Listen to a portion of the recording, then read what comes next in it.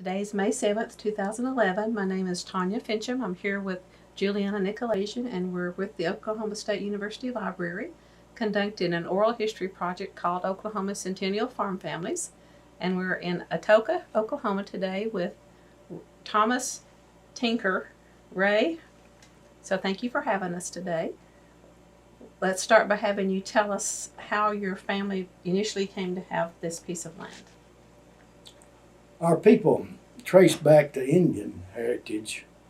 The Indian name was Smallwood. They migrated here from Mississippi in 1863 through the Trail of Tears. Later, my great-grandfather married Susan Smallwood, and their daughter, Mary Dillon, married W.B. Ray, which came up out of Texas. And the story goes, and it's probably correct, that this was all Indian land then. It wasn't privately owned. It was tribal land.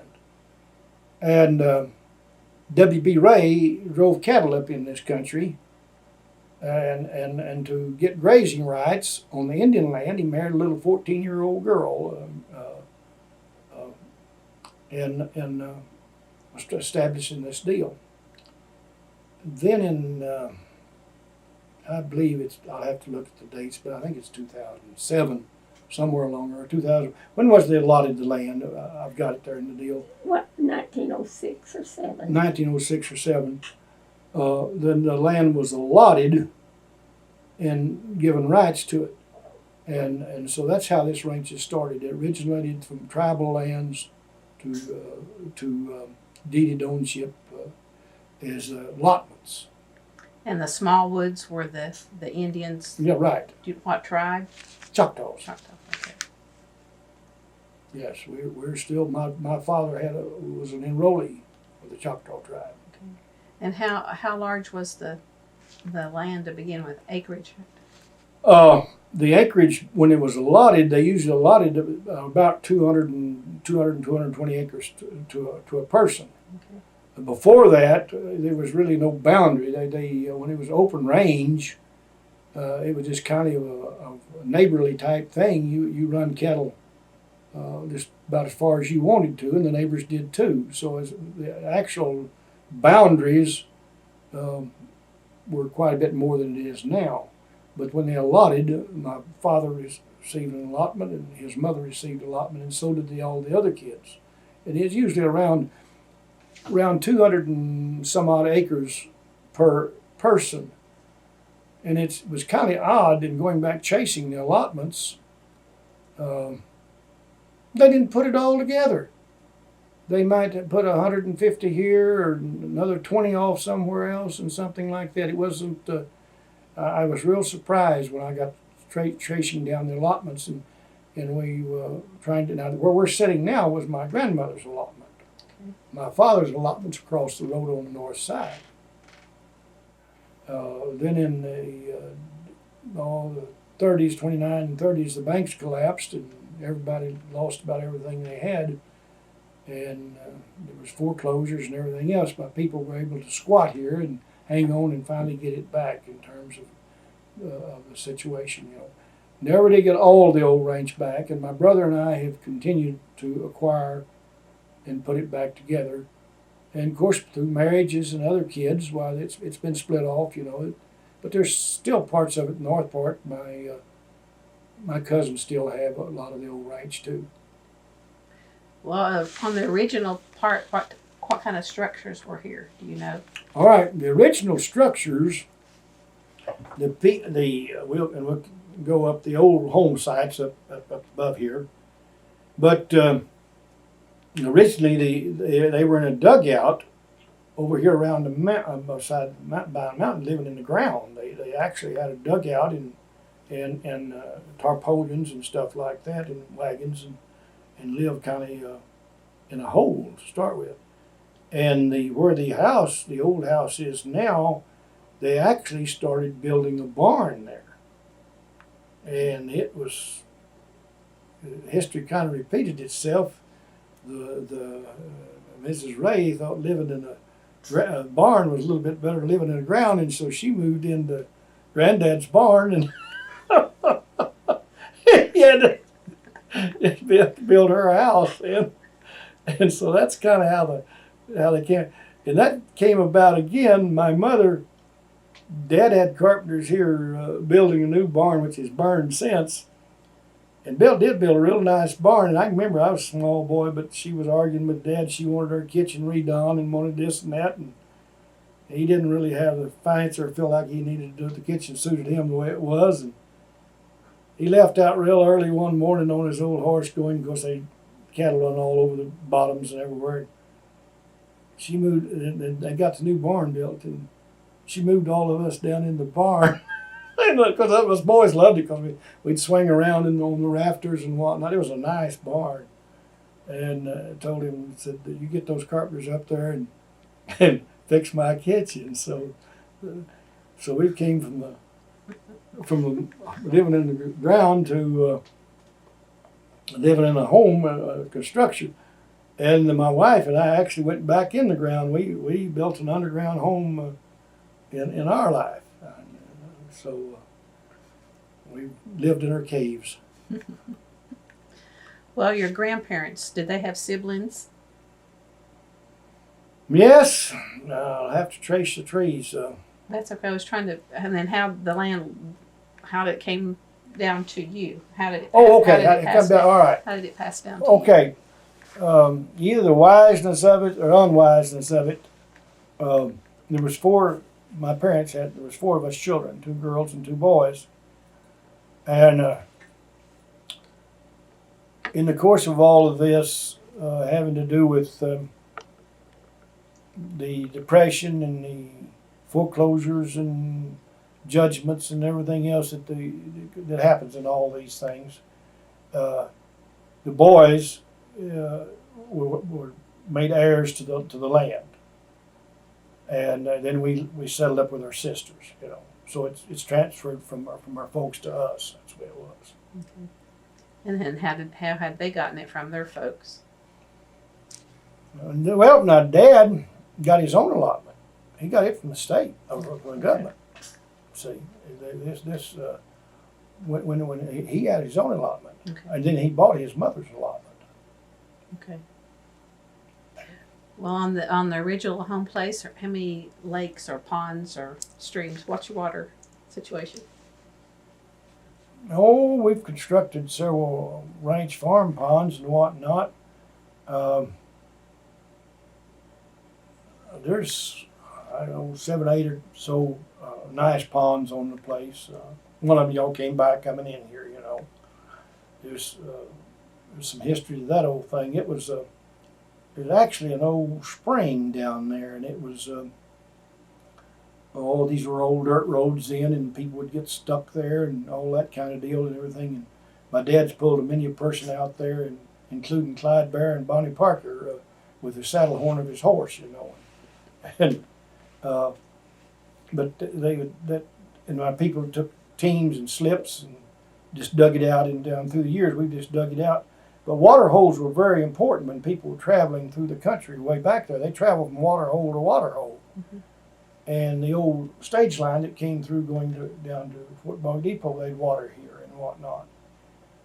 And also people would soak their wagons and ox carts, and the wheels will dry out, and they have to soak them to keep the spokes in them and everything.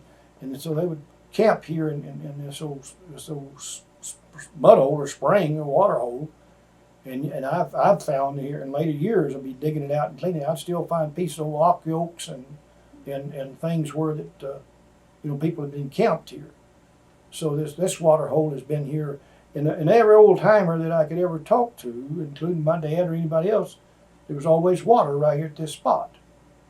And so it's been a campsite even back, and that's probably how our people originally settled on this spot out here as a small woods, was because of the water. I don't have documentation of that, but water holes were very important. Well, what were some of the early crops? Corn, oats, mostly some type of feed for your livestock. Later years, cotton came in and as a cash crop, and some peanuts. During World War II, there was a demand for things, and the old ranchers did a lot of changing during the war in terms of the crops. In fact, I know Dad had a cotton field, and of course all the men were going off to the war and whatnot, and they took the school buses and brought kids out from town to gather the crops and so no telling how little money my folks actually had, but they had the cotton all piled up at the end of the field, and a couple of these city girls decided they'd smoke a cigarette, and where they decided to smoke a cigarette was sitting in the cotton pile, and throwed their match down and burnt Dad's cotton. So he wasn't too happy with city kids. But they brought the kids out from town to help gather the crops during the war. And by town you mean Atoka? Atoka, yes, that was big town to us, because if we went in a wagon, and it was an all-day affair to get to town and get back, Which is about 5 or 6 miles. It was 7 miles, and Dad measured from the courthouse. All the old timers, everything started at the courthouse. And of course, town's grown now, and it's came on out. Dad would still say he lived 7 miles from town. It didn't matter what the city limits said, Well, how often would you go to town then? Well, we used to say, and I don't know how accurate this really is, we used to say Mother went to town every fall where she needed to or not, And, in fact, we'd go to town. There's y'all crossed it, Sandy Creek over here, just right out from Atoka. You'll cross it. We could play along behind the wagon and cut up and all that. But we got to that creek. That's where we stopped, and Mother scrubbed us all down there. And you never had a good sand scrubbing while get cleaned up, or we'd have to chew some willow bark and try to clean our teeth up and all that. And then we had to get in the wagon and sit there. And we go into town. You went up a complete different way than when you go in down. Of course, town kids run along the side and make cat calls at you, and the dogs would bark, and because you was considered country, and country was country back when it was a difference. It was now then, so we have running water and everything else.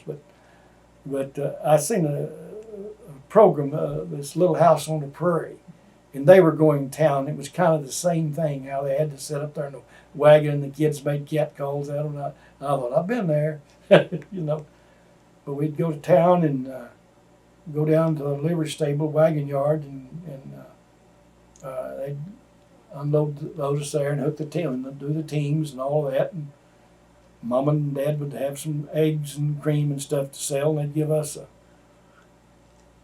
I think the most I can ever remember getting was a quarter. But there was a new ice plant up north of town, and we'd head right straight to the ice plant because I remember Mr. Waddle running it. Later on, I got to know who the man was. I didn't know then. But they'd cut this ice blocks, and there'd be shavings off of it. Man, it was like candy to us. I mean, that was just, he let us have that. And so we'd all go to the ice plant first thing. Then we'd go to the show. And I think the show was a dime. Popcorn was a nickel. Coke was a nickel. And we'd come out of the show and we'd have a nickel that we could spend any way we wanted to, And of course, we had the ice cream parlors. I don't even think we got an ice cream parlor in Atoka anymore, but that was the gang-up place. And by the mid-afternoon, the folks would be ready to head back home. And usually we'd start out early daylight, we'd get back at dark. That was the way it was. Do you remember the name of the movie house? Oh, Pix Theater. Tex? Pix. Pix. Then later on, we got a fancy one across the street called Thompson. Now, it was a little, I think it cost you 15 cents. We didn't go over there to that one very much, But, And what were some of the things your mother would buy to bring back? boy, most of it would be, in fact, they'd buy flour and stuff, and they'd buy it in a certain print because Mother could sew. Oh, she could sew. And they'd buy everything in a certain print at the stores. And then, so because she'd go make dresses or shirts or whatever else out of it. They would buy salt and sugar and stuff like that, and some flour and a few things, way. Most everything was grown on the home. She had a big garden. Oh yes, Mama could. And Mother knew every herb, every berry. She gathered everything, and we had a smokehouse and all that kind of stuff. You know, A cellar. a cellar. You know, everything was. That is a word that my wife used it here a year or two ago, and I got kind of tickled. Oh, But it was store bought. In my time, if you had something that was store bought, you know, Valentine's or anything like that, you made them at school. If sometime a teacher would give you a little Valentine, it would be store bought, you know. But your candies or anything was always homemade. You didn't have anything that was store bought. And if you got something store bought, you was considered pretty important. But would your mother make pants too, or just mostly shirts? No, mostly shirts and stuff like that, and dresses for the girls. And no, you'd get overalls and pants and stuff like that, and it was hand-me-downs. They come down. You didn't get something new. And there was always uncles and aunts and nephews and nieces. Everybody passed stuff around. Mother had a badge of courage, I called it, or something, but and it was, she wore a pin up here in her needle and thread. I said a pin, it's needle and thread. And I guarantee you come running in, if it was a button kind of tore loose or something, you had to stand there till she stitched it back. There wasn't every stitching time was her way, you know, and they saved buttons. They'd save thread even. They saved everything. A box, if they get fruit or anything like that, it'd come in a box. Anything came in a box, they saved the whole box or take it apart. I've seen my dad straightening nails. They were very conservative people. Ball of twine, they'd wrap it up. They used everything. Haven't lived through the Depression then because of that, or they did that because of well, it was just the way. The Depression had a lot to do with it too. I'm for sure it was hard times, but you just didn't have a store. You didn't run to town. There wasn't and you made do. And peddlers would come out through the country in buggies, and they would sell shoe polish and shoelaces and stuff like that. And maybe Mama would give them a chicken, trade it. You didn't have a lot of money, but you traded goods. Wasn't a lot of cash around. And when the banks collapsed, the men, all they had was what was in their pockets, and that was it. And Dad would hunt. Dad was known as a good hunter, but I didn't know he wasn't hunting sport. He was hunting for food and hides. Our smokehouse would have mink and coon hides and stuff like that on it, and he would sell them and whatnot. He'd ranch all day and hunt half the night, but they were trying to make it. Never held a public job. They didn't know what it was. Okay, so the farm sustained the family then? Right, and Dad would go, he'd take his wagon. All the men did this too. I mean, he'd go somewhere, a thrasher crew or something like that. He'd work all day, and he'd come home at night. He'd have a load of oats or something like that in his wagon. That's how he got paid for working that day. Or go to the hayfields in the same way. He'd bring a load of men. That was kind of. And Dad was known as he was kind of a country vet. He was pretty good. Dad was good. He was a good horseman and good vet dogs and stuff that way. And he would go camp and work people's cattle for them and stuff like that, you know. And men would they'd kill a beef, and you'd get part of the beef and stuff like that. There wasn't much money. Did your mother work off the farm? No, but the ladies, they quilted and sewed. In fact, I didn't know. We finally went to men they'd have barn raisings and house raisings and stuff like that. But we went to one and there was something was wrong with the house, the ceiling. They didn't have a quilting frame hanging there. All houses had quilting frames hanging out. And the women, when they get together, they didn't just sit around and gossip. They'd quilt and stuff like that. When we was little kids, we'd go to a neighbor's house while the ladies was visiting and whatnot. They'd be quilting or sewing, stuff like that. Do you have any of your mothers left? We have some. She's asleep. We have some of her old quilts. Yes. Mama was good. She knew. She was a good animal husbandry. She knew livestock. She knew turkeys and chickens and stuff. She was good. She read. My mother read, and they had a program. My mother thought it was gospel, but they had home demonstration ladies would come out from town and have classes. And I mean, my mother would go to those, and she'd come home, and we'd have to. In fact, she cut out and made a tie, and she taught us boys how to tie forehand bowlines and knots. And I went in the Army, and I tied a many a guy's tie for him, and we didn't even own a tie. But Mother was that gifted and forward thinking in her thoughts. And her suits and things would win at the fairs and state and everything. She was good. Mom was good.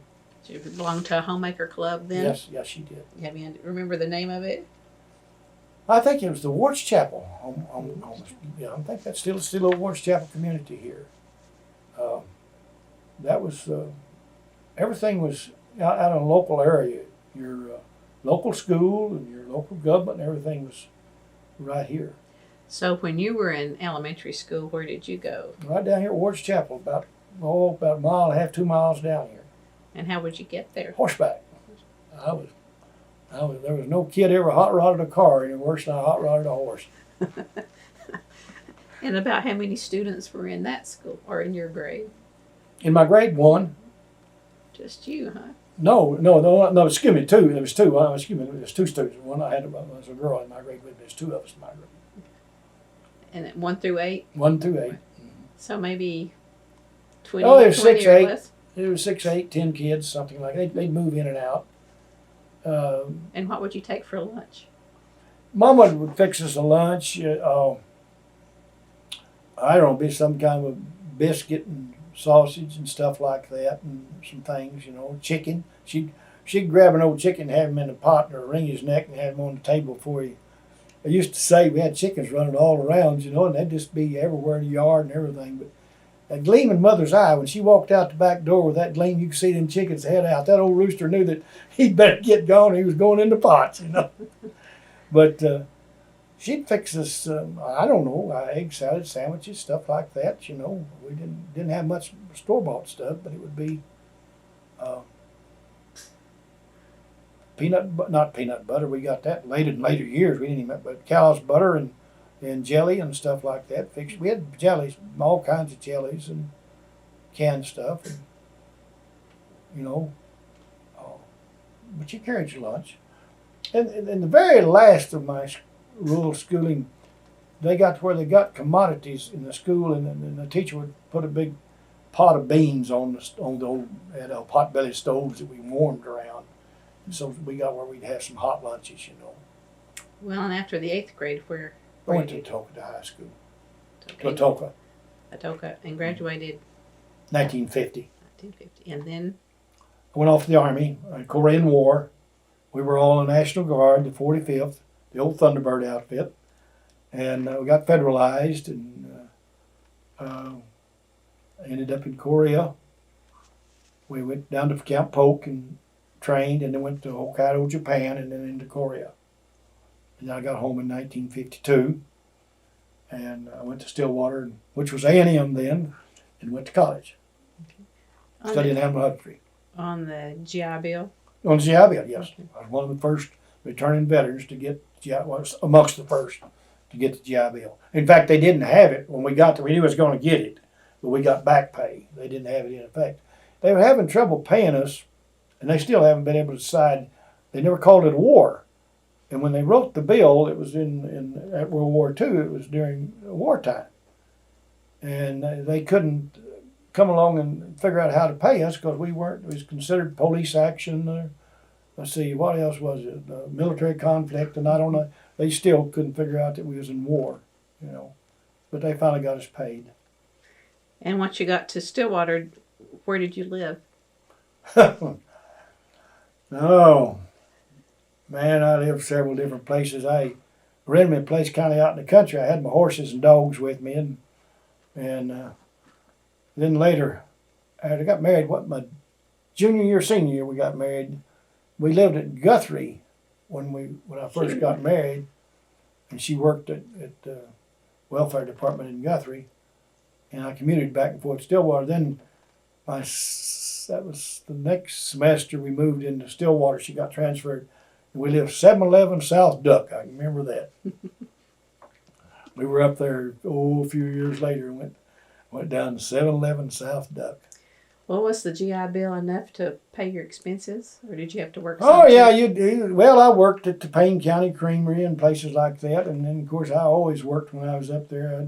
I'd worked out on ranches and whatnot. I had my horses and dogs with me, and I always worked. Well, what were you doing with your horses? Just having to ride for fun? I rodeoed some and this and that, and I was always I never was far to my horses. I was. Were you in 4-H when you were in high school? Not in high school. I was in FFA in high school. I was in 4-H when I was out in the country. Okay. We had 4-H.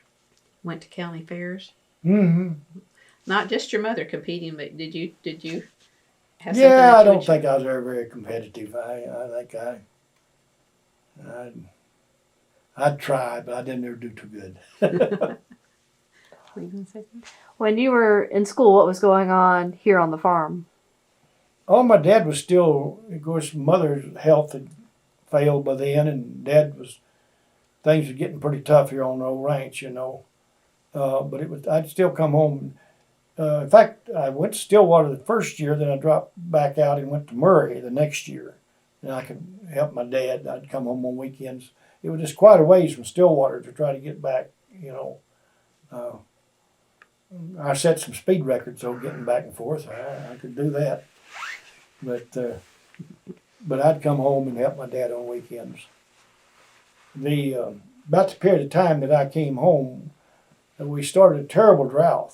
And it started in like 1952, and that's when I returned.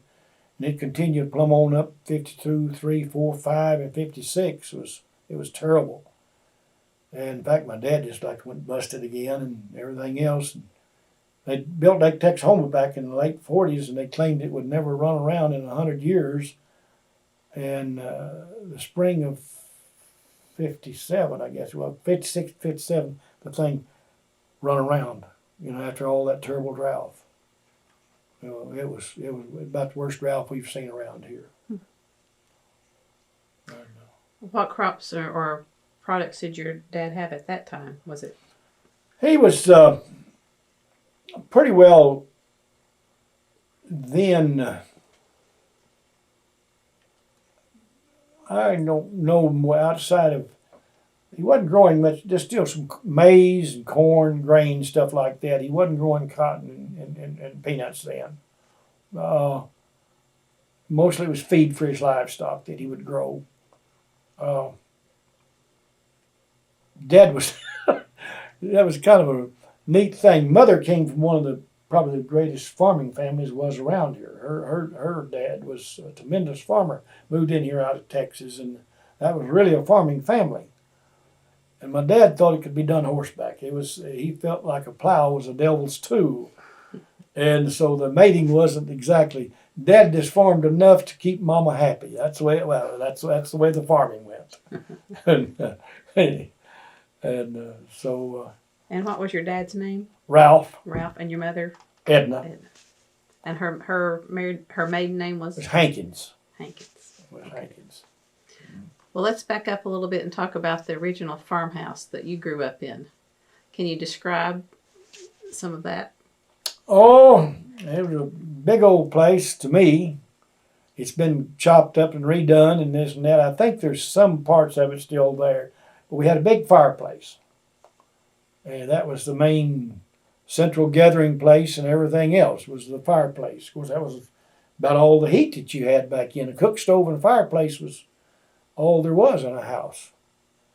And we always ganged around the old fireplace because, you know, you thought it was great, but really, you'd roast you on one side and freeze on the other. That's the way old fireplaces were back then. But we all ganged around it and popcorn and stuff like that, and all the usual things. And I don't even know where, but taffy, they used to make taffy candy and all that kind of stuff. And then Mama would have a pot of beef or something hanging over the fireplace, and stew or something that way, you know. And I where, grew up with a fireplace. That's what. and where was your bedroom? Well, mine was kind of in a back part of the house. Mom and Dad slept out on a porch, a screened-in porch. I've seen snow on their beds, you know. But that's where he would sleep, you know. Dad was kind of a. But we were kind of in the back part of the house, and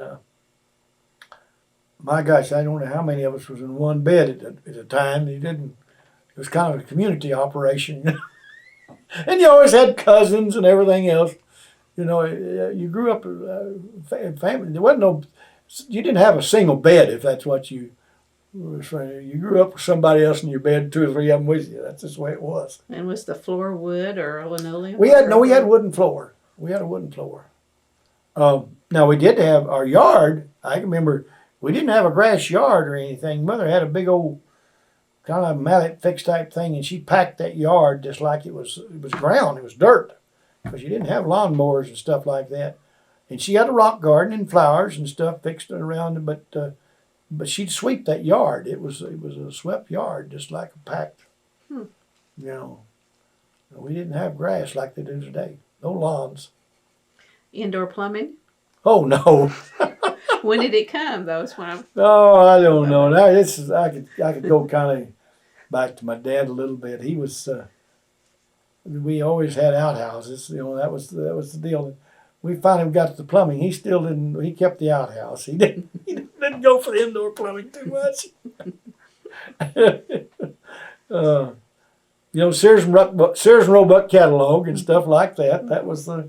a 1-seater or a 2? We had a 2-seater. We was kind of uptown. We was. And was it any of them a WPA? Some people had WPA toilets. So I don't think so.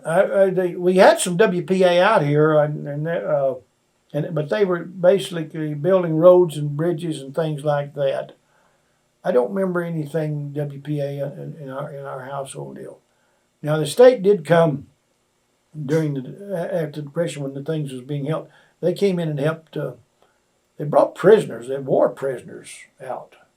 They had a prisoner of war camp up here, and they brought them out, and they worked around on the farm some. well, when did rural electric come in? I believe it was 47 when electricity finally came. But now we was ahead of time. We were kind of back to some of the kids that we'll get together now, the old kids. We were up on the hill up here, and the roads could make it. You could make it this far, and the roads were terrible. But Dad always kept an old horse saddling in the lots, or a saddle and there was always an extra horse in the lots. People could make it this far, and even they got an old bus line. You could catch a ride, but they lived off back on the, and they could take this horse and they'd saddle him and go. They ride him home, and just turn him loose, and he'd come back. Dad always kept spare horses in the lots because people needed them, and. We also, later on in visiting with other kids thought because you could get to our country, we were considered a little, you know, y'all had it better. Because creeks would get out, no bridges, they couldn't cross. I had to wait for the creeks to go down and that type deal. But we got ahead of things. Mother was always ordering. Yeah, man, she'd order books and study them, and she'd order that, but she ordered us a wind charger. And Dad got 3 big, tall, straight posts, and we put up a wind charger, and it had batteries. They charged batteries, and we had one light bulb and whatnot. And so we were this was before rural electric. We had electricity, and everybody thought we were uptown. You barely could see with the thing, but. And charge those batteries, and we'd save them, and you know, you get to listen to the news a little bit, and then on Saturday night we listened to Fred McGee and Molly and the Grand Ole Opry and Lom and Abner. That's what it was, Lom and Abner. We listened to a couple of programs on Saturday night, and neighbors would come and listen to the radio, and so that was. But then the REA came in 47, and we got electricity.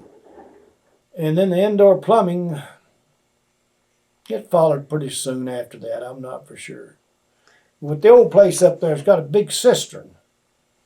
Basically, the back porch covers a big cistern, and you caught rainwater that run off the house, and they went into the cistern. And you also caught barrels of water. Water was a big item out in the rural area. And bath time at that point?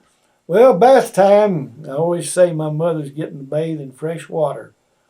I was the baby, and she started with me. She'd have a bathtub and heat the water and pour water in it and this and that. She'd scrub me down. Now, Mama scrubbed you down. Now, I'm going to tell you, from one end to the other, eyes, ears. But she'd bathe all the kids, and Mama bathed in what was left. And I always say that she's getting fresh water today. That was the way we bathed in a wash tub. I guess you'd call it, wash tub, not bathtub, wash tub. A number 2 wash tub. Number 2. Winter, spring, summer, anytime. Oh yes, anytime. yeah. Now in the summers, whatnot, we'd get out on the porch and outside and bathe. But now in wintertime, you got in the kitchen and bathe. And then of course you always swim in the farm ponds and creeks and rivers and all that. Well, did you have assigned chores? Oh yes, you had to help gather. Mine basic was gathering kindling and firewood. Fires were, had to be started every morning and everything like that. So I had a little red wagon, and I'd have to go gather kindling and stuff that way. In fact, I got in all kinds of trouble. They'd started building this road through here. Highway department had, and the surveyors came along and did all this surveying. The stakes that they drive in, boy, they make good firewood. I gathered up all the surveyor stakes. That kindling, that didn't go. They was kind of upset about that. And then, of course, you had we had to had to bring your milk cows in and stuff like gather eggs. Always had to follow. I had the big chore as a kid growing up. Mother raised a lot of turkeys, and she'd fix me a sandwich, and I'd get my old horse and whatnot. But I'd have to follow the turkeys all day long, because of the coyotes and wolves and everything like that. So I'd have to herd turkeys like herding sheep, and I hate a turkey. I mean, that was, and bring them back in at nighttime, and they'd put them in a pen at nighttime closure. But I grew up herding turkeys. So all the kids had jobs. Much difference between brothers and sisters? Was it gender, the chores? I guess so. The girls, I don't know, my oldest sister, she's quite a cowhand. Now, they worked in and out. They worked outside and inside too, but, and all of us did. Mom, Dad, one of us had to at least stay at like dinner time. The others had to go to the field, but one had to stay and help Mother with the, do the dishes and things that way. You had to, and you rotated the chores type thing. But my oldest sister, she was quite much of a bronc rider. She chased cattle just like a man. I've heard the other men talk about that. June would ride through the brush poppingest gal I ever seen. She'd jump a yearling, and she didn't lose him, But we all worked in the hay fields, and everything. And what would you do for fun on the farm? Oh, my gracious sakes alive. We did some things I've often wondered about. Now, we did them, and all kids did them, and you'd think, well, what was fun about it? But one of them, we rolled a hoop. And kids would roll a hoop. I don't know. What we take a Prince Albert can was a big item. And you could make so many things out of a Prince Albert can. It's unbelievable. But we'd take a stick and fold that Prince Albert can off of a wagon. The spoke deal had a steel cart that went around it, and you could get those and you'd roll them, and you'd roll them and roll them and roll them, and if we could get an old tire, we did it like that. And of course, in the wintertime, we'd skate on the farm ponds, and I can't use the words like we, but we'll see what are you supposed to use now. But we all had, what do you call them, bean flips now? African shooters. Well, I want to use the words. Trying to be politically correct. But everybody had a nigger shoot. Had a rubber, and we had rubber guns and stuff that way. Like a slingshot of sorts. Slingshot. Well, a slingshot's a different deal, but these were, what do you call them? Bean? I mean, No, we had slingshots that had the V and you pulled back and. no, a slingshot's something you swing around and around. I think. I don't know, but we had them, but everybody carried one of those, and everybody had a pocket knife too. That was kids can't even go to school, and you had number peg and tops and stuff like. I'll tell you something else, and I've often how great a game it was. You don't even see it today, but balance and coordination. If you could find especially the girls did this, but boys would play it too. If you could find a good smooth piece of ground, but hopscotch. You don't see it. You think about what it takes to play hopscotch and how much balance and coordination, and all kids played. We played Red Rover and Annie Over and all those things. Throw a ball over a house, Annie Over and stuff like that. And of course, then we also had ball games. Most didn't have no gloves or nothing like that. Lucky we had a ball and a bat. That was But we swam and played, rode horses and plum trees and everything. Catch fireflies. Oh yeah, catch fireflies. Yes, kids still do that, I guess. Did you have to kill a chicken yourself? Oh yeah, you can ring chicken. My mama, we usually took care of that. Did she have a particular method? Well, she could grab that thing and wring that neck. I don't know. It was just, that was. In fact, Mama, back then, everybody stayed with you too. You'd have some worthless uncle or something like that was living with you. You didn't know. Of course, us kids loved it, but we had an Uncle Peck. He was kind of a derelict, I think, but we thought he was great because he was always around to tell stories and play with, but he didn't work. But we lived up there, and they called this the lane hole. Then there's a story about this old pond being called the lane hole. But he'd fish, in fact, he'd take the bells off of. Mama would put a bell on our turkeys where you could hear them or whatnot, and he'd even swipe the bells off our turkeys and hang them on his trot line so he could sleep while he was. But if he got a fish, well, that's how energetic Uncle Peck was. But he was quite a philosopher. And this morning, back then, people traveled in wagons and stuff and go to town, and stuff. When storms came up, they was trapped. And they just came in your house. That's just the way it was. You'd end up with a house full of people. And so this particular day, Mama didn't have a lot cooked up. But Uncle Peck had been down here. He killed a little teal duck. And you know what a teal duck is. He's not much of a duck. And Mother she'd tell this. It was quite a deal. But so she made up a lot of dressing and put this duck in it, and to make a meal for everybody that day. And it was raining and storming. We all gathered around the table. Uncle Peck said he wanted to turn the blessing. And I seen my mother hunker down then because she knew something was wrong if Uncle Peck was going to do the blessing, but you couldn't do that but let it. He said, "Dear Lord, what a blessing. We have meat at our house. A little bitty duck and a ton of dressing." So that's, everybody had a good time. Everybody visited. We have, I don't know how many vehicles sitting around here, and we don't have time to visit nobody. Dad thought it was just a right that he had to go and dig your grave. That was Dad, there was always a thing. Early morning, he'd tell Mama, get his breakfast or this and that, whatever it is. He'd grab his shovel. He'd go to other communities.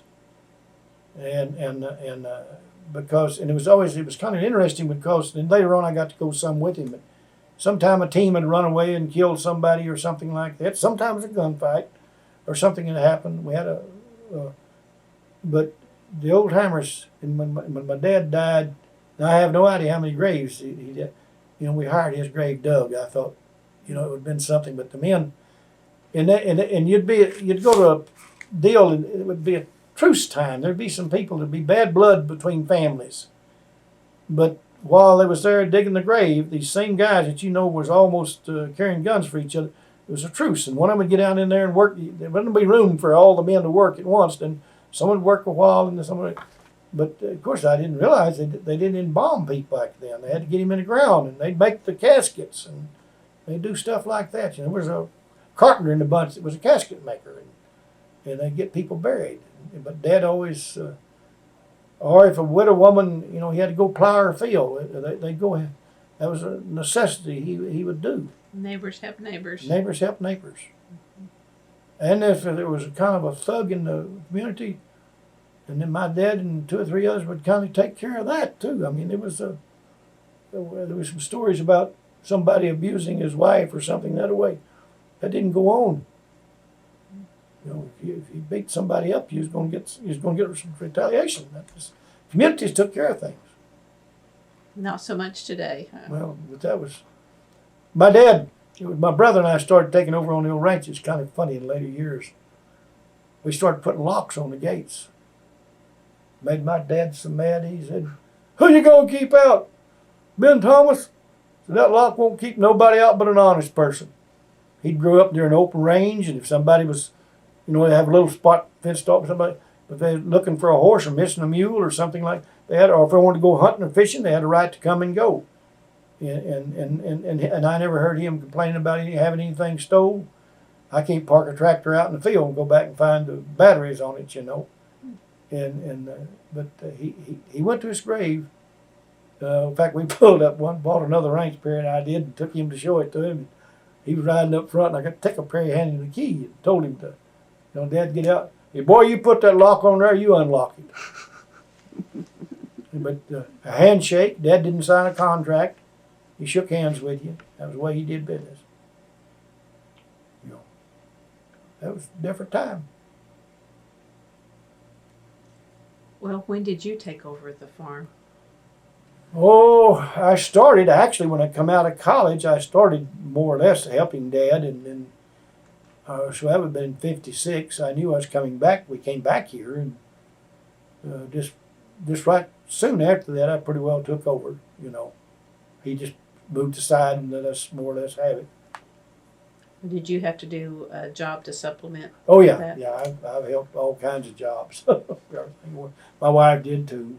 We always worked. It's hard to just rub it, especially starting right out of the ranch, because if you take away from the ranch too much, it can't stand it, So we worked off the farm, and we was just getting started too. We didn't have anything.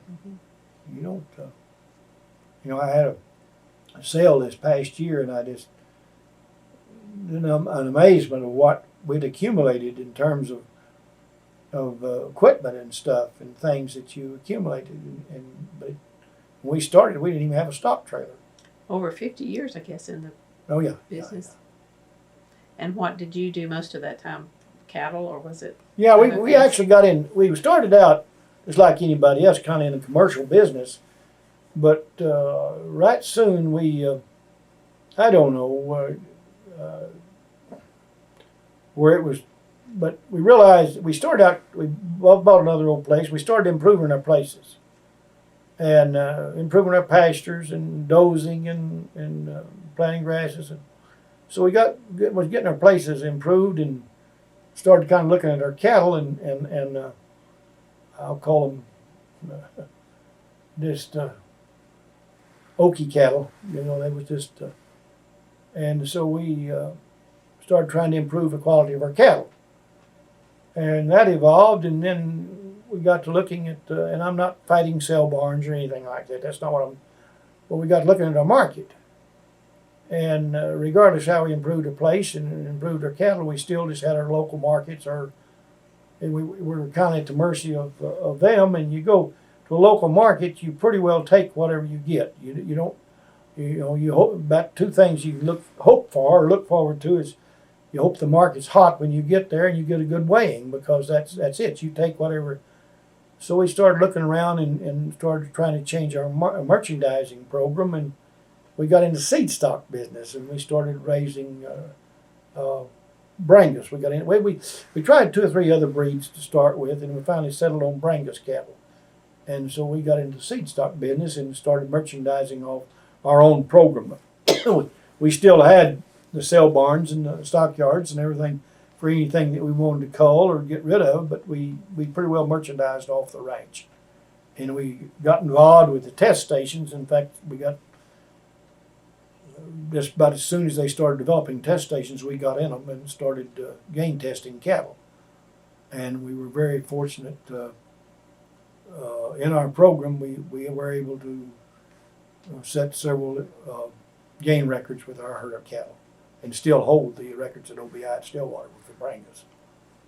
And by gain testing, you mean? Average daily gain. It's just a way of measuring livestock. You have all ways of from visual appraisal, which in show ring and all these other things, but gain testing was you take an animal and you weigh it and feed it, and weigh it ever so often and see how conversion is and how it's gaining and what it's doing. It's just like anything. I eat a pretty good meal, but I'm not a good gainer. My wife's asleep now, but she can watch a commercial on TV and gain weight. But it is that it's genetics, and we started selecting cattle for better gain, along with conformation and marbling and all the other qualities that you look for in an animal. And so we went with the first gain test station was actually at Murray and the Noble Foundation at Ardmore. And we started there with the Noble Foundation, and we did continue with the Noble in a lot of ways, pastures and everything else. And then later we developed stations at Stillwater, OBI at Stillwater. And I'm one of the founders in that, in the Brangus end of it. And served on the OBI board for years. I got off here just a few years ago, just from the standpoint of running back and forth and taking care of my wife. But I was, don't want to go to boasting or nothing like that. I hate somebody sticks their chest out, but we were fortunate enough to get our cattle to work. And our gain program is what really established our sales and our market. Because old farmers and ranchers, they pay attention to that stuff. And if you've got an animal that will gain, genetically he'll pass that along. And it's a very efficient way of raising animals. For example, we started out at the Noble Foundation hunting a 4-pound gaining animal. At that time, we had cattle gaining. In fact, the Brangus, we've had the first one gain 299, didn't even get to 3 pounds. But it was winning with 3 1/4, 3.5 pound gain per day and stuff like that.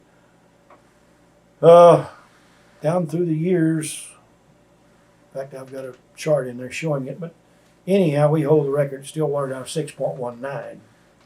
And so and if you're in a gain station now, when we were going back to this, like Jim Ryan, the 4-minute mile, we were all hunting this 4-pound gain, and all breeds, Hereford, Angus, everybody was doing this. And, you just didn't think you was ever going to get there. Now, if you're in a station and don't have an animal at least gain 4 pounds, they'll laugh at you. But that's what we've done with same with breast on chickens and all these things through genetics that we've been able to improve. What steps were you taking to improve the gain with the cattle? Well, it's kind of breed the fastest of the fastest. That's just about the simplest way to do it. If we could find an animal that fit all the other criteria, not just that, you had to pay attention to temperament and all the different things. You can't just go for one trait selection will get you in trouble right quick. You got to keep milk. You got to keep all the things that you've got to get. Now, as you select sometime towards one trait, you'll lose something on the other side. So you've got to try to balance. And through the years, we would make if we got an animal and it didn't have it's very slow. Gain's very slow, and you can improve frame score. You can improve milk. You can do a lot of things a lot quicker than you can do gain. But gain and conversion go together. And a lot of people will want to disagree with you on that, but they do. An animal that gains good converts good. Now, conversion is very important because the amount of feed it takes to put a pound of gain on something is really there, and so you can get a lot of arguments on this discussion. But it's kind of like an old tractor. Somebody or a vehicle, they say how much gas it's burning. Well, it's not how much gas it's burning, how good a load's it pulling. And so that's the way that gain works out. And of course, gain, an animal will have a lot of different things, and frame is not gain, although you can get a big animal, but it's red meat that weighs. And that's what we want to put on the table. It's not what we hull out. And so we've changed frame scores some. We've done a lot of different things. But this over a period of years. It didn't happen overnight. In fact, we'd go along, seemed like we'd go along 4, 5, 6, 7 years before we'd get a bull. An animal, genetically, you can have a good animal, but can he outbreed himself? In other words, does he have the ability to pass those genetics on? And then you've got to mate it with the right cow. These things, in selection is sometimes it's 90% luck, and I don't know what the other part is.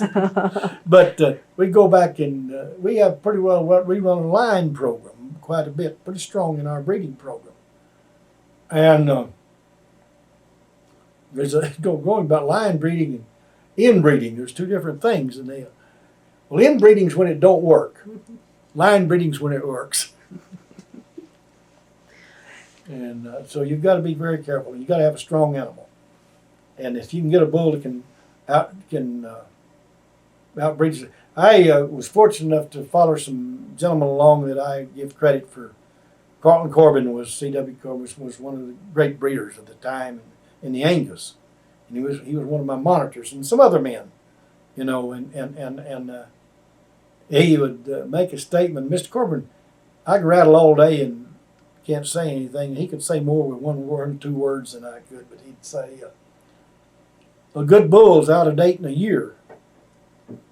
And that, you got to really think about that. It's hard to swallow because what he was saying, if he's a good animal, he would produce a son better than him, is what he was saying. You really don't get it. We never got it nailed down that good. But genetically, if you have a superior animal, he'll be out of date in a year because he'll have a son coming along. And so that was the way he set his program of trying to improve, and I tried to follow his thoughts. Now, it don't work that way, but in reality, if you could do it, you can make fast movement. But animal selection's it's hard. Well, how would you keep records from those early days when you were doing all of this? It wasn't. Oh boy! Wasn't back of your hand in the and 70s. shirt pocket. You had books that you kept, and you tried to keep your records, and you identified your animals. You do a lot of different systems. Later on, we got software and a lot of the things that and we'd use different things. I had an old man called it roots.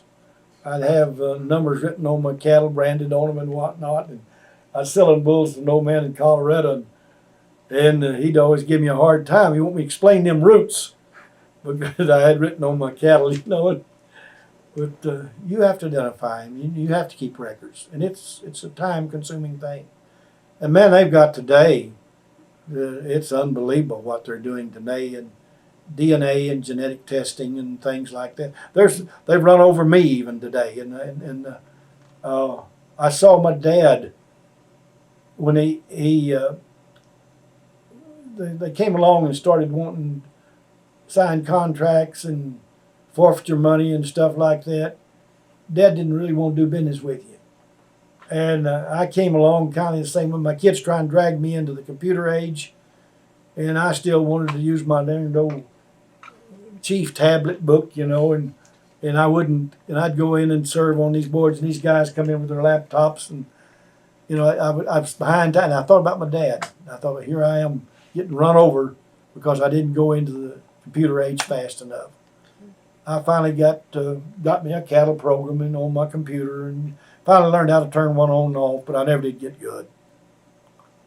But the records today is unbelievable. Even myself, I can't understand all of what they're doing today. This is all. Let me get you something. I'll show you something. Get my eyeglasses on and show you. But this was in 1979. We produced the first 4-pound bull at Stillwater. It was the first 4-pound bull in the breed. And then in 1980, we come back and and set a new record with old Hulk. This was pace setter. This bull right here was Hulk. Hulk, yeah. And he no, this wasn't. This was 201. This is pace setter. Then in '85, Hulk came along and set the record of 4.89. Now I use this triangle just to bring out. This is what we use in our ads. I had a colored one back there. I wish I had it. Then Lonesome was the first 5-pound bull in the breed. He set the record at 5.41. And then Tradition, which these are just plays off the name, but it's been a family tradition, and we use this in all of our advertising. Family tradition of gain, you know. We had a bull that set 6-pound record. Of course, this you look. We've done work way back before this, but look how long it took. And then he came back and produced a son, Hercules, in 2000, which is the record right here now, 6.19. But that's starting back trying to get an animal. We were gaining less than. Nova Foundation had a cutoff of 3 pounds on their sale. To get in the sale, you had to have a bull gain 3 pounds. And the Brangus developed a new breed. We were actually considering it in terms of other breeds like Hereford and Angus. We were young kids on the block, and we finally got a calf to gain 299, and they wavered and let us put him in the sale. See, and we've gone from that to this. Yeah. But that's years and years and years of work. 20 years at least. I mean, This is just at Stillwater. We would do work before this. This ad's just at Stillwater. We were working before Stillwater ever had a station. But I was saying, you know, it's real simple. You look, well, that's pretty good in it. Yeah, but it's but that's what that does. That's what that gain situation. And we started out like a lot of people chasing the show ring, but we and I'm not fighting the show ring. That's not. But we left the show ring and went into this end of it, and it sold a lot of cattle for us. Well, in any given year, how many cattle? How many would you have? Well, a seed stock operation is very intense. Okay, you know, where you could take the same amount of cattle and almost run them in one pasture than what you do in a seed stock deal, because you want breed to certain animals to a certain cattle, and so you can only run about a group of like 30 cows to a bull. So we'd usually run at the height of our deal, in our seed stock deal. We either owned basically at the one time about 450 registered cows, which is a pretty large registered operation. Most of the time we'd run about 200 cows. But we usually sold somewhere, and then we had a lot of lease cattle out too that I managed with other people. We had cattle shares out in Missouri, Kansas, everywhere. And I'd sell a guy a set of registered heifers and then help him, school teacher, highway patrolman type fellows, kind of a co-op sales system. And we'd pick the calves up from them and sell them back through our program. And because to have a volume in sales, you've got to have a volume of cattle. You might have the best bull in the country, but you might just have one or two. And if people are looking for a bull, they call you and your wife's got 2, and they could call Ray's and they'd have 100. They'll go to Ray's to select bulls. That's just the way it works. Then your large ranches that comes in and buys off of volume buyers, they're going to have to look at a bunch of cattle. They won't just come and look at a few. So we run kind of a co-op here for several years of a lot of cattle. And they came to you to get them? Yes, we'd sell off the ranch. And they'd come. So We have a set of sell pens down here. We throw actually a commercial sale every now and then. We have a public sale, but most of the time we just did it individually. So you wouldn't have to transport too many of them then? Well, I would too. I hauled a lot of cattle. It was kind of there was 2 sides to that. A lot of people will come and buy, and if you'll deliver, they'll more apt to come trade with you than they are dragging a trailer. A lot of people drag their trailer and come, but I deliver cattle to Kentucky or anywhere, But then I get to see your operation and get to meet your family. You got it gets to be a personal type thing. Kind of like the old gentleman that was always kidding me in Sharon Springs, Colorado, about my roots on my cattle. I just had to spend a day with him when I got there. That's just all. I had to look at his ranch and his operation and visit. Even though I was a shoe salesman, they treat you like you become very important to them because they want good bulls and they want you to take care of your program. So it's I dealt with the best people in the world, farmers and ranchers. You don't deal with any solider people. Now, I'm not saying there's not good people in other branches, but people next to the soil are just a little different. They just they're the cream. And there's lots of history. You go to some of these. I've got to be on some ranches that no way would I ever got to go around. But I've got to be part of those ranches and get to go Matador, Coke, Goddard's, places like that, Chapman's Farms, places that probably I would never got to been on those places if I weren't delivering cattle there, and got to be part of it. And they'll have a big barbecue. You just gotta go. You go back to their functions. You become part of their operation. Just a bigger community then. What it is. It is. You know, I got exposed to some things that I wouldn't have if in the field that we were in.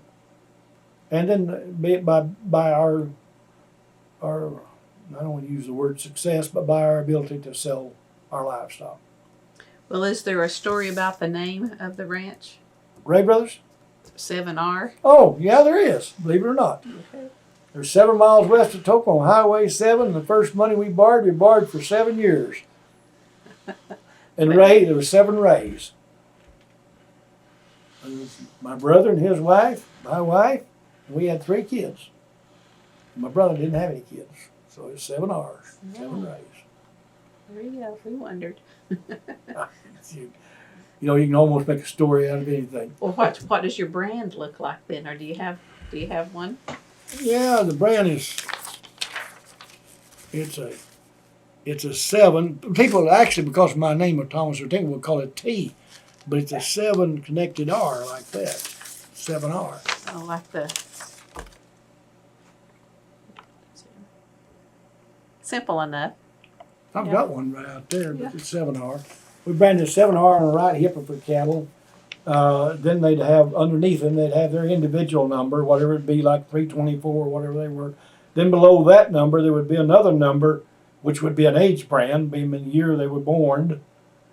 And we did that more or less on the weaning, because a calf could be born like December the 31st, and another one born January the 1st, and you'd have one with an 8, one with a 9, or something like that. It'd just be a day's difference.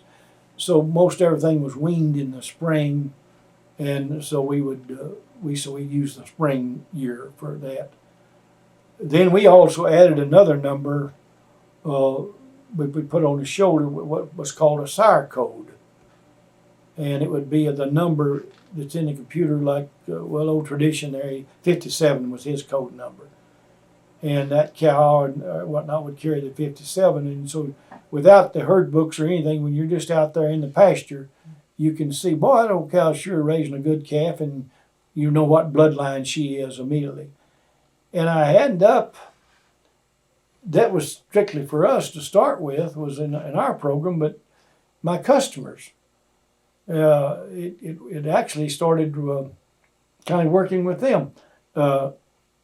Guys, most of your customers are commercial people. They don't, even though they want good registered animals, they want this and that, that paper doesn't mean a lot to them. They look at you as the producer. But they got to knowing those numbers on my bulls. All the 57 sons would have a 57, or all the tradition sons would be, or 38 would have. And they would even order the bigger outfits, say, send me 4 of those 29s and send me 5 of those so-and-sos, and they were putting them in certain pastures, running half-brothers on the same cows. They'd run half-brothers in another pasture, So it was something that I didn't even, that came up out of my program. Guys would even order by number. Well, how would you come up with some of the names? Well, we used the name, all of our cattle carried the bloodline of Raybro.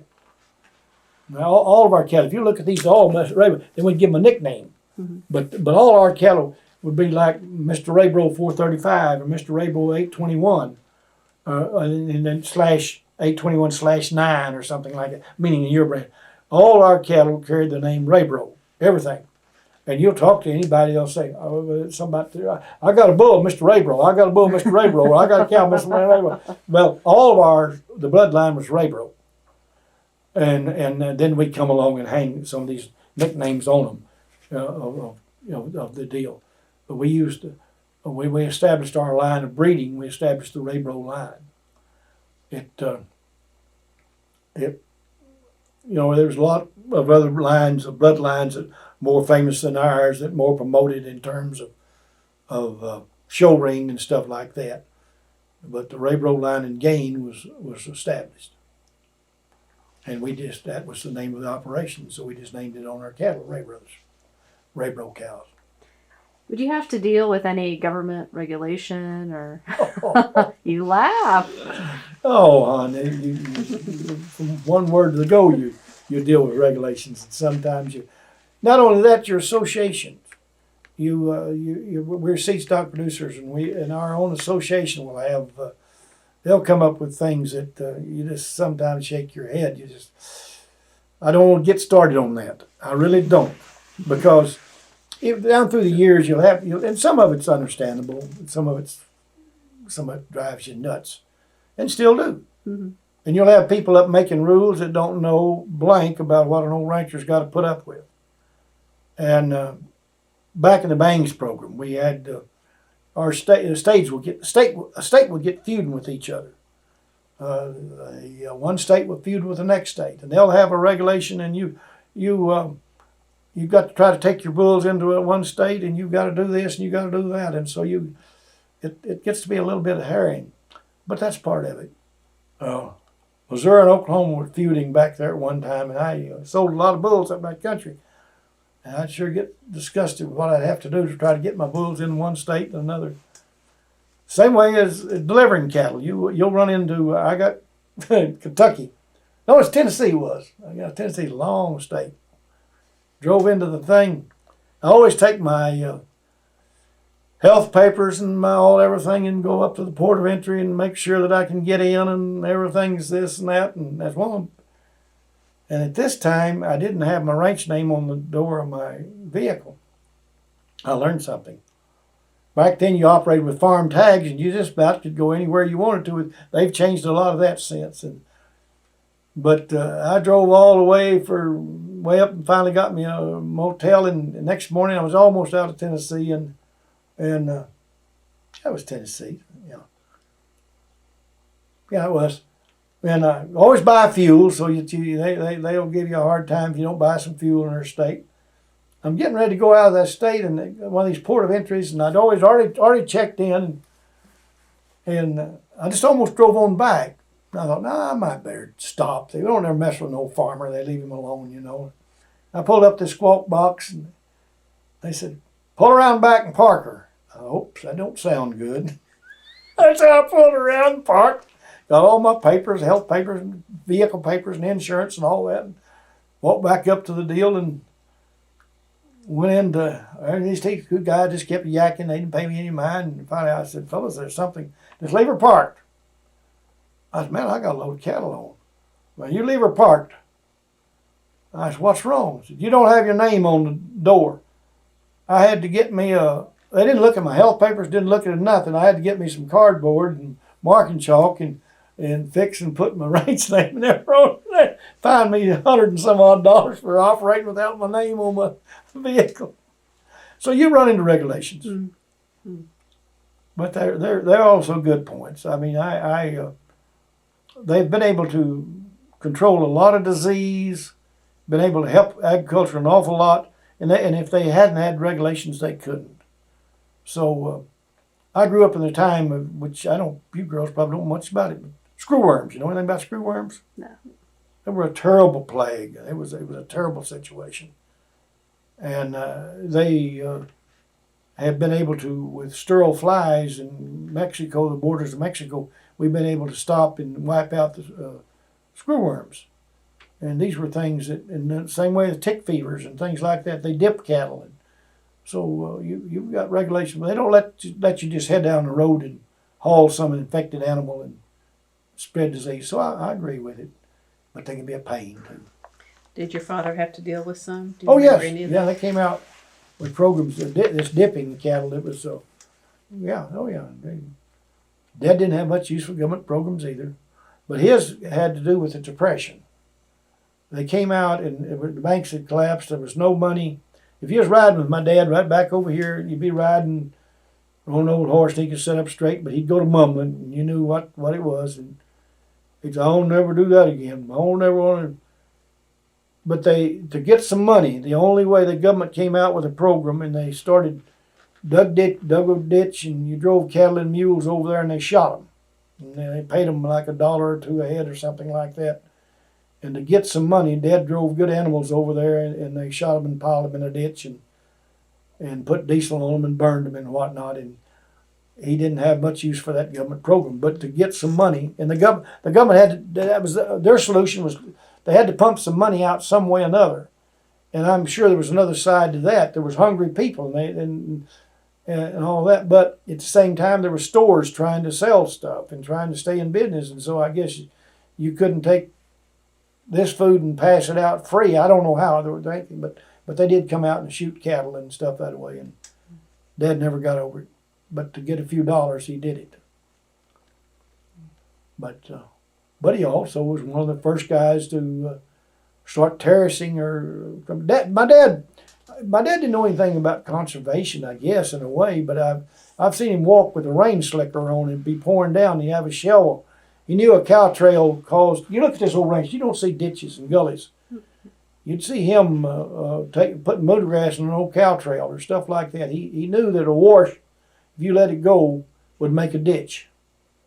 And so the man had a vast knowledge and it'd just be an education that he learned growing up, But he was good. Speaking of education, did your siblings also go to college? Oh, my daughter. Oh, my sibling. My brother did. My brother graduated from college. Neither one of my sisters graduated from college. The girls it was a different area of time when the boys were pushed out in terms of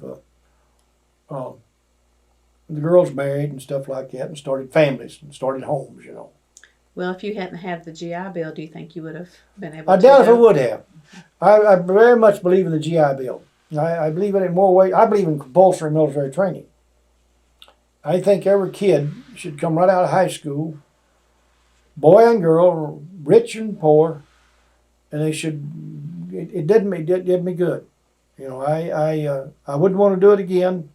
I wouldn't want to go through what I did, but it's a perfect age. It's a perfect age for a kid to and that's what your heroes are made out of. Kids, those kids that were over there right now are they're young.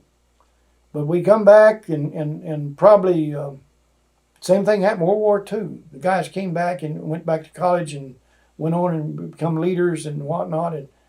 And probably your standard of living, your standard of taxation, probably paid back our GI Bill by the advancement. They probably didn't do too good job with me, but some of the other guys, But I probably wouldn't have, Now, at the same time, I didn't have the right attitude when I went.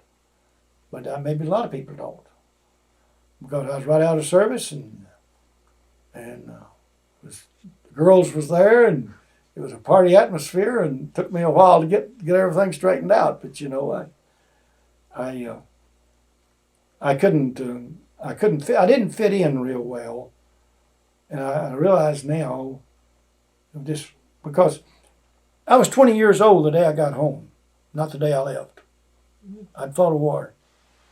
And we'd been men. You were men. And you had to come back and start being a kid again. I couldn't legally go in a bar. And it was hard to adjust back in the college. I missed a lot. I couldn't, this was the time, the panty raid type deal and all of that and hoorah on campus and all. I couldn't take the pledging and stuff. They wasn't going to bust my rear. I mean, I couldn't adjust into some of it, and so I missed a little for a while to get myself. That's kind of why I left off, and I later I should have taken part more in college life, that I didn't. But it was an adjustment coming back, and at the same time, I remember getting I was kind of in a boarding house eating, and of course I still had buddies over there, and everybody would holler and carry on listening. But I was listening to the news. News came on, and I was trying to listen to the radio, and one of the boys run up and turned it over to the music, and I turned it back, and first thing you know, the discussion led into something else, and they weren't interested in the war. It was in fact to them, they was worried about if they missed class, they'd lose their deferments. They was, and it took me a while to get that stuff out of my system. Well, and all the boys did. But you had to go back to being a kid again, and you can't. Dances? Did you attend? Oh yeah, we found, but some of the dances I was attending wasn't school functions.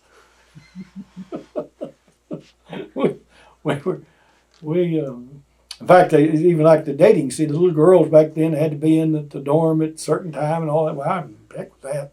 But they had a bunch of the WAFs up there, the Air Force personnel going to school. That's why I would date, was those WAFs. We'd head out, and so I did sorority. I got fixed up. I'll show you how dumb I was. I thought sisters were sisters. I didn't know that. Is this where you usually ask how you met your wife? Do you want to tell how you met her then? Oh no, she was a local girl here. Dale Byram, her older brother, and I played football together, and I knew he had a little sister. I mean, she'd be out there, how the kids are on the sideline type deal, and she was a little cheerleader. But I think she was a freshman when I was a senior or something like that.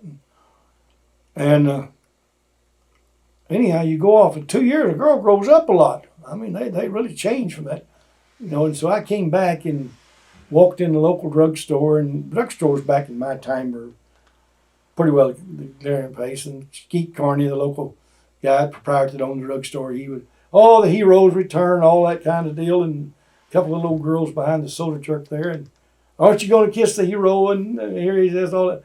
And they was embarrassed, and I was too. And I kind of got out of there as fast as I could, but I got down the street, and I got to think, boy, that was a cute little old girl, but she sure did look familiar.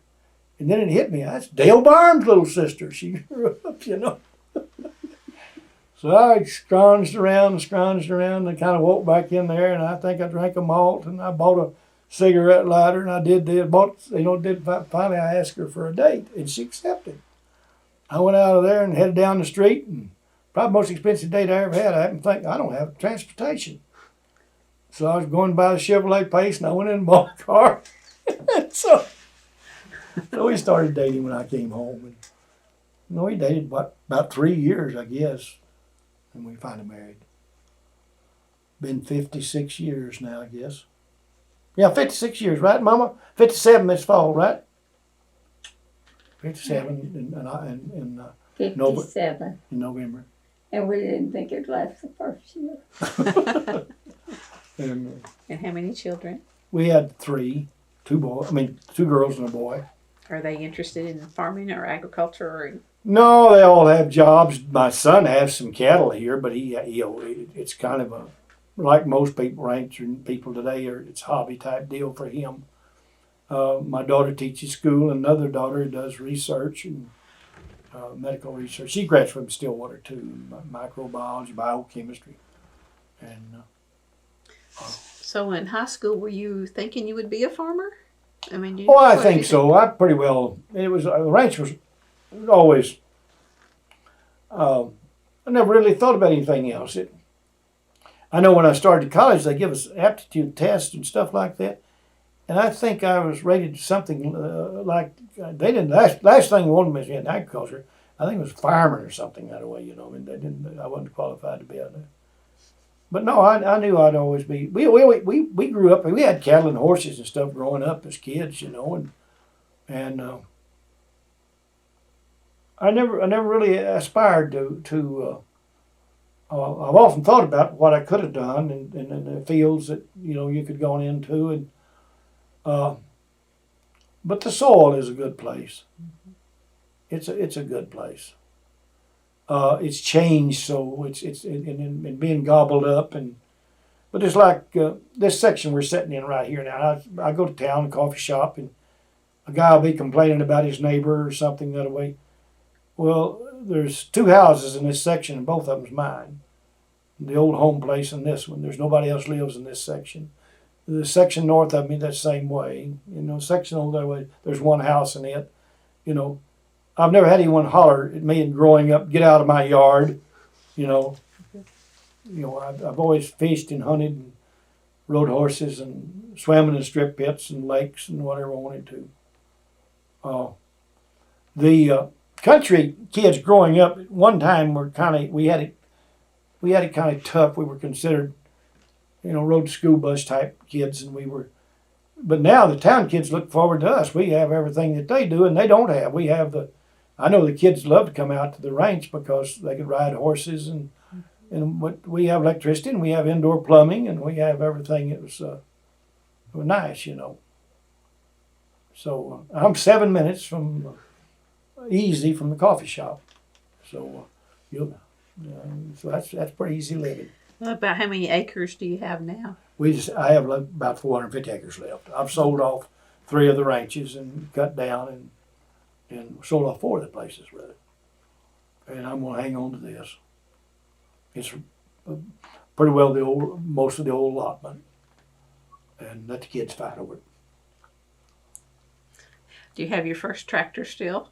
No, I've sold it. No, I don't. In fact, we did. My dad. That was another thing. Dad didn't have a modern equipment. He didn't have stuff like that. He was still a horse guy. He could still farm with teams and stuff that way. My brother and I got the first tractor, I guess. We didn't have a lot of modern equipment growing up. We did the horseback. And like I say, my brother and I didn't even have a stock trailer when we started. We didn't even have a head gate. We had a snubbing post. Now we've got hydraulic chutes and everything. So we came a long ways. Night and day. Night and day, yes, ma'am. It's just night and day. Well, what are some of the current structures on the original home place here? New structures or old? New. Well, we got, like I say, we didn't used to have a decent lot or pen. We have steel pens. We didn't used to have good working facilities. I've got a place up. This is selling facilities down here. Good still, just strictly use them to sell and sort cattle and got lights and loading facilities. And up the other place, I've got round pens and squeeze chutes and sorting alleys and got a calving room and berthing deal and got it fixed. You used to do it out in the open while you know what it's like. Got running water, got light, electricity, all weather facilities, stuff like that. And a lot of fence row to maintain. Oh yeah, we still got a lot of fence rows to maintain. That's And how do you do that these days? Not by horse, probably. No. We go in and actually got chainsaws and brush hogs and stuff like that. Things that you can keep and weed sprayers and all that stuff. And go by truck or by 4-wheeler or by. Well, I've got 4-wheelers and I've got trucks and used to do everything. In fact, if you just told me one time you see Tinker Ray without a good cow horse, I'd have called you a liar because that was just impossible. But actually, I've got 4-wheelers. I've always had good dogs. I've always been a dog man. My dad was a dog man too, but I can take my 4-wheelers, my border collies, and I don't have to use a horse anymore. But I still miss them. Well, that picture you showed us earlier was your grandfather. My great-grandfather. Great-grandfather. Mm-hmm. And these were Russian. I think my dad called them Russian wolfhounds, but I don't know for sure. They look like a cross between a staghound and a Russian staghound, I believe is what he called them. But they looked like a greyhound. They were supposed to be real fast and could run stuff down. And what kind of dogs did your father have then? Dad had mostly. He had pretty well collies and German shepherds and whatnot, just kind of cross dogs. His was kind of mutts. But they were good. They were trained. Dad's horses were handled good. He didn't just have something running loose. They mined. And she asked me one time, because I've been known for my dogs probably as much as I have my cattle, and she asked me, where'd you learn that? I never thought about it, but I grew up on the tutelage of a man that was his horse's mind, his dog's mind, and they would do something. And so I guess he passed that on down. I've had, we've had good dogs, good horses, but the four-wheeler did replace the dogs. Well, I've had some funny things happen with my dogs. We'd have these cattle tours come by here, and people like to watch a dog work, and those dogs have helped me sell a lot of cattle. I mean, just set the atmosphere right quick. Or me and you were kind of haggling there and looked like the sale wasn't going just right. I might squall at that dog and let him move over and shove that bull around a little bit, and Have negotiation a little bit. Yeah. He'll earn his supper. Well, they want to work. They're very intelligent, and but all that's past history now. Did you or your father have much interaction with county agents? Yes, all of us did. And Dad, the county agent was pretty important to my dad. They was kind of the first. We didn't have veterinarians and things like that in the local deal. We didn't have a lot of people filled in a lot of different places. Your banker was also your advisor more, or your attorney was part of the family. They weren't just attorneys. They come out and quail hunted with you. And helped you plan your operation. And so when they got county agents, that was kind of the same way too. I remember the county agent was also almost a scoutmaster too. He'd be involved with the kids more ways than one. And he'd also help your dad. He was kind of a local vet too. He had more knowledge about some things, and so they were very important. And then they'd come out.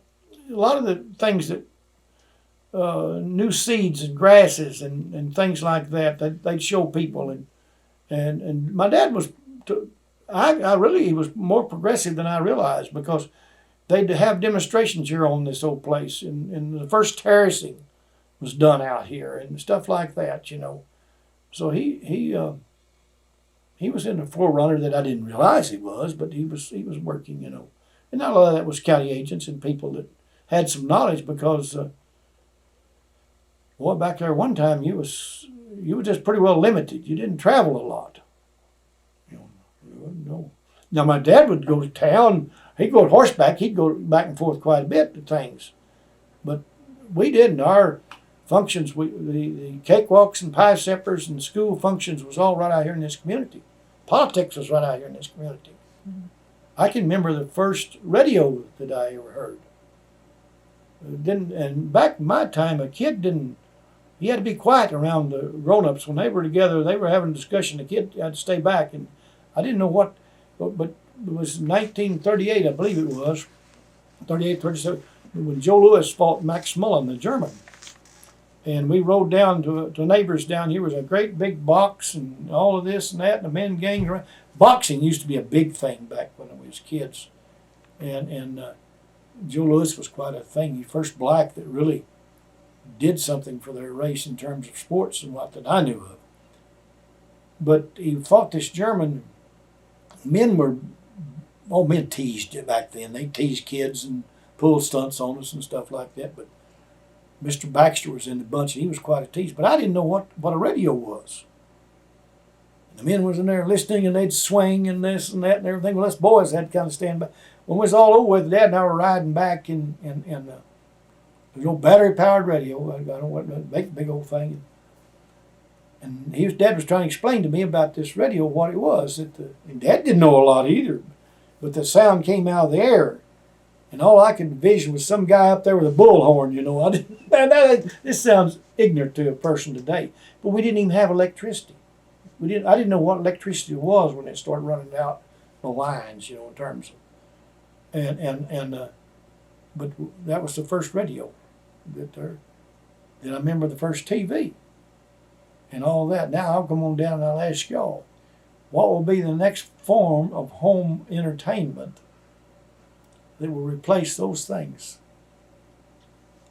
See, we never thought, but radio was something, you know.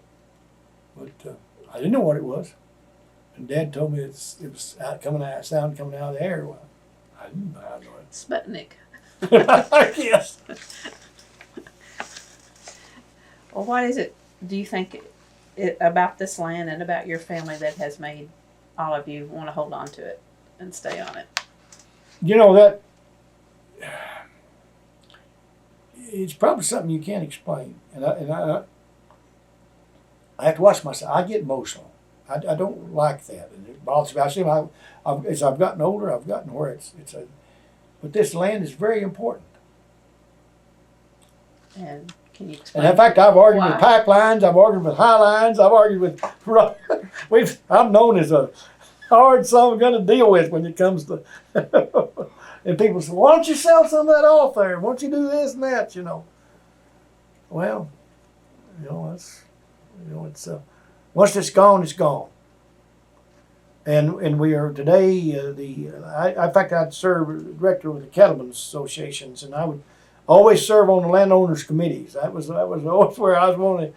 The landowners' rights are disappearing very much so. They're encroaching on land every day. In fact, they've got it now where they can just almost take your land.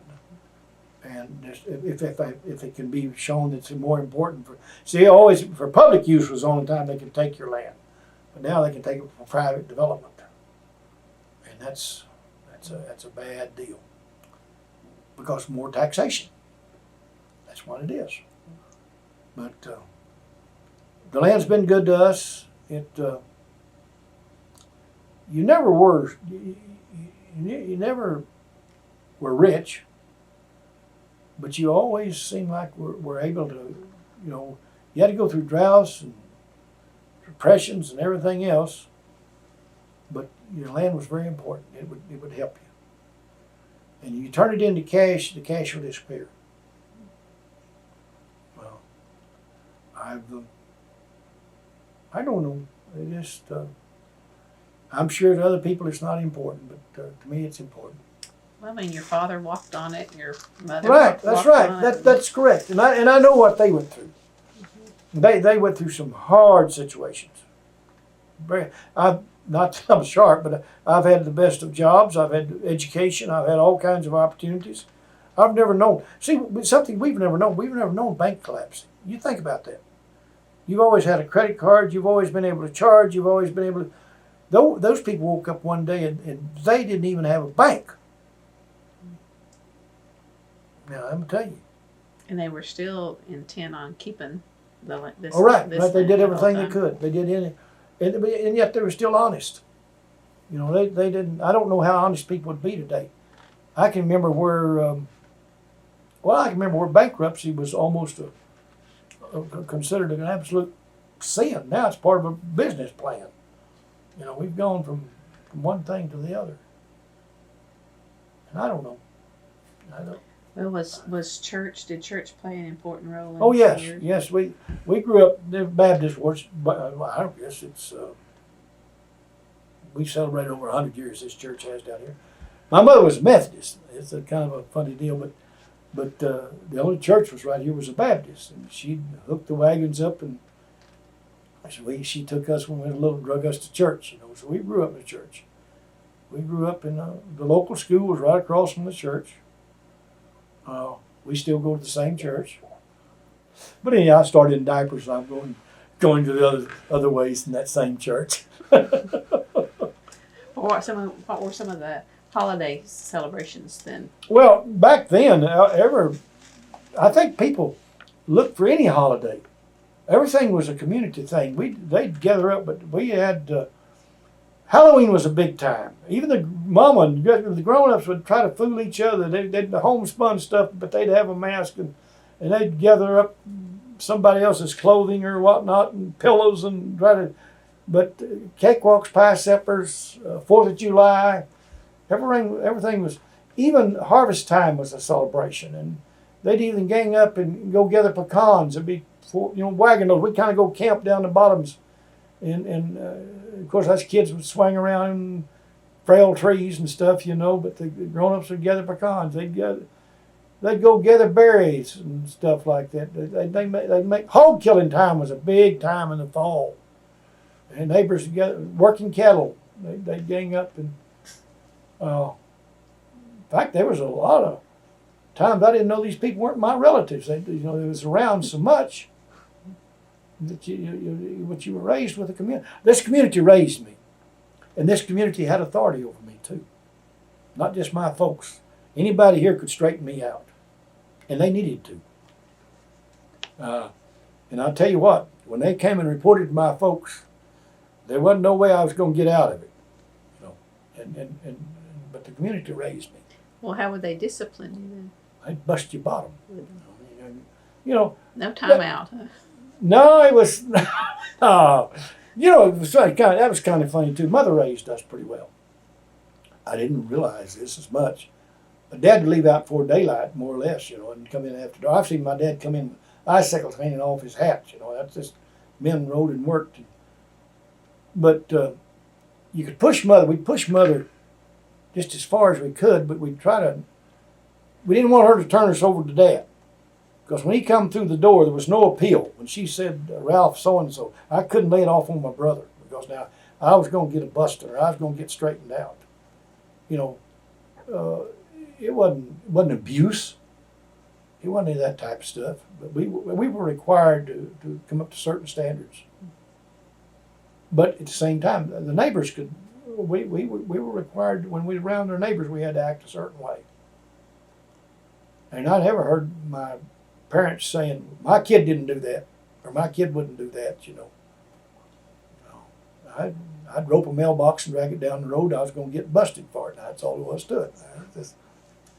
Well, when you were raising your own children on this place, I'm assuming they grew up in this Oh, house, yeah. House too?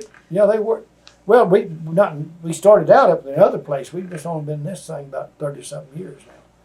But, oh yeah, my kids worked there on the ranch, worked hard. I'm going to say, what were some of their chores? Well, they Similar. had to. We always had. Everybody did. Always got orphaned calves, and always got. You know, we had got to feed. Most of the time, we were always feeding and doctoring cattle and baling hay, and it was always work.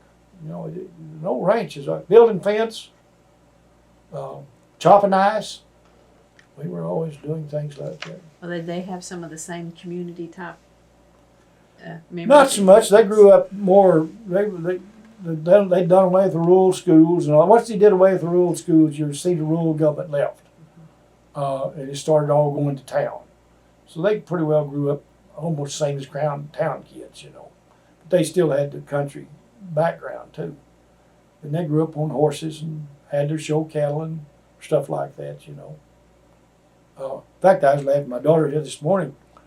It's funny how you're a kid, you don't pay attention, and yet she rode a horse she called Ketchup, and she rode him for years. I didn't think anything about old Ketchup. And one day we was selling bulls down there, and she was always helping me. And they drove these bulls up, and was just kind of holding them there. These guys looking at them, and one of these guys said to her what her horse's name was. She said Ketchup, and I just heard her, and he said, table ketchup? And she says, no, ketchup. Said, Daddy's always, and when a kid rides, and I did the same thing, I was riding my dad, kids riding over here, and they're riding over here and back there, and Dad was always hollering ketchup at me too, and she said, Daddy's always hollering ketchup, and her old horse's name was Ketchup, and I thought it was ketchup. But, you know, but those kids have these memories and things that they grew up out here. I know one thing, I had how many clutches and rear ends I had to put in my trucks. She drove a feed truck to school, and she taught all the kids how to drive a stick shift. I didn't know this until later years, come find out. The other girls and whatnot would tell about, oh, Mr. Ree, I learned how to drive a stick shift, and you know, feed trucks. And that's why I was losing so many rear ends and clutches, was the kids driving the feed truck. Because they all had their cars are all automatics. And what was your daughter's name? Beverly.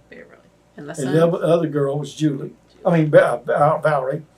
And Julie's my granddaughter. She's lived with us so much, I keep thinking Julie.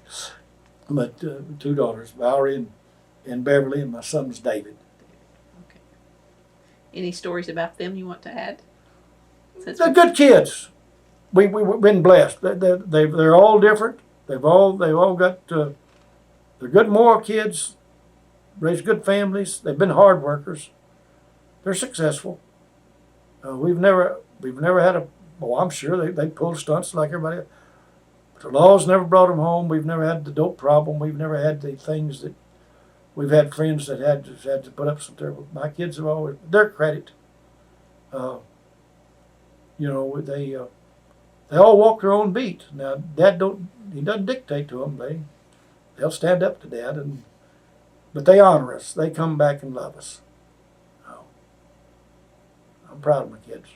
Mom and I we've seen so many families that struggle with things that we hadn't had to struggle with. Beverly's grandsons were here with her this morning. Beverly's boys, our grandsons, were here this morning. One of them's graduating from the 8th grade, and the other one's a freshman at Tuscan. They just had a terrible storm and everything down there in their school and blew it away and all that. He's wearing a deal, let's see. I survived. I'm a Tuscan Tiger. I survived the tornado. There's the Tigers is the name of the deal he's wearing it. But they're good boys. And they have their cattle that they show, and they work too. They may be attached to the land too. Well, they bought a big part of it. They bought 2 of the ranches, so they're and bought a bunch of the cattle. So yeah, they're carrying on, and there's a seed stock here. There's enough that somebody will drift into it before it's over with. Well, that's usually we ask, what do you see for it the next 100 years? Well, I don't know. If you'd asked me back as a kid, I wouldn't have told you that I'd probably made it. I know ranching and farming is hard. It faces a lot of things, and this nation's been strong, and I don't think people ever realized it's almost biblical. If you go back and look in the Bible, the strong nations had good food, cheap food, and plenty of it. And that's what made the nation strong. And where you get into your riots and your government's falling and all of that is where people aren't well fed and taken care of. And this nation has been able to not only feed itself, they've been able to feed a lot of other parts of the world. But we're fast declining in agriculture. Agriculture was the last thing that we had left. We don't have the steel mills anymore. We don't even have the oil. We don't have anything that we're leading the nation in. But still, it's agriculture, and we're fast slipping in agriculture. Where will we be when we fall down in everything? You have any idea how many thousands of acres goes under asphalt and concrete every day? You don't think about it. Can't imagine. Huh? You can't think what we're losing every day. And as long as the nation is well fed, there'll be a strong nation. And my ancestors have been part of that. And I've kind of done the same thing. Well, we thank you that you've done the same thing. Anything else you want to ask? Anything else you want to add before we close up? Yes, we want to talk about the hats. When we first got here, you're talking about the difference in a baseball hat and a regular hat. Well, going back to all these things have evolved now, is because the cap has become a way of advertising, and it's not only just something we wear. But my dad's time, a hat was very important. It was not only something that you had on your head for protection, but I've seen my dad many a time take his hat and dip up water and give his horse a drink or something like that, or curl it up and drink out of it himself, as far as that goes, or just different things. But the hat was a very important part of his culture, and I grew up with a hat, and still in fact, if you'll go out and look at my truck, I can't wear a hat in a truck anymore. They got the back piece there for your head, so I've got a cap and a hat in my truck. And so I'll put my cap on and riding down the road, but then I get out, I'll put my hat on. And what did your father call caps? Was it your father or? Well, he said you was jelly bean if you was wearing a cap. You know, it was just, he was just, and you go out and, I get to do business with some of the sure enough old ranches now, and not just some of the hobby type deals. Some of the, where they still work all their cattle from horseback. They still do everything that way. And all those old cowboys still wearing hats. And now the wind, sometimes the wind gets so strong you'll see them having to tie a scarf over, but they'll still wear the hats. And they do give you more shade than a cap. You get more sunburn and all the problems that you get with just a cap. Now, wintertime, sometimes a guy will do it, but the hat's always been part of the cowboy attire. Same with the chaps and spurs and everything else. And you go out I really enjoy going to some of the places that I go. And some of those guys have been there their complete lives, and that's what they wear, you know. They got to pull their spurs off to go in the house. That's just the way it is. And I've seen the time Mother'd meet you at the door, get them spurs off. You know, especially when she finally got a little carpeting or a little rug or something, and she didn't want you to scurf up her linoleum. Got some new linoleum. You didn't wear those spurs in the house. Well, we take our hat off to you. Thank you very much for having us today. Well, I've sat here and rattled like a moron. No, Wow. it was great.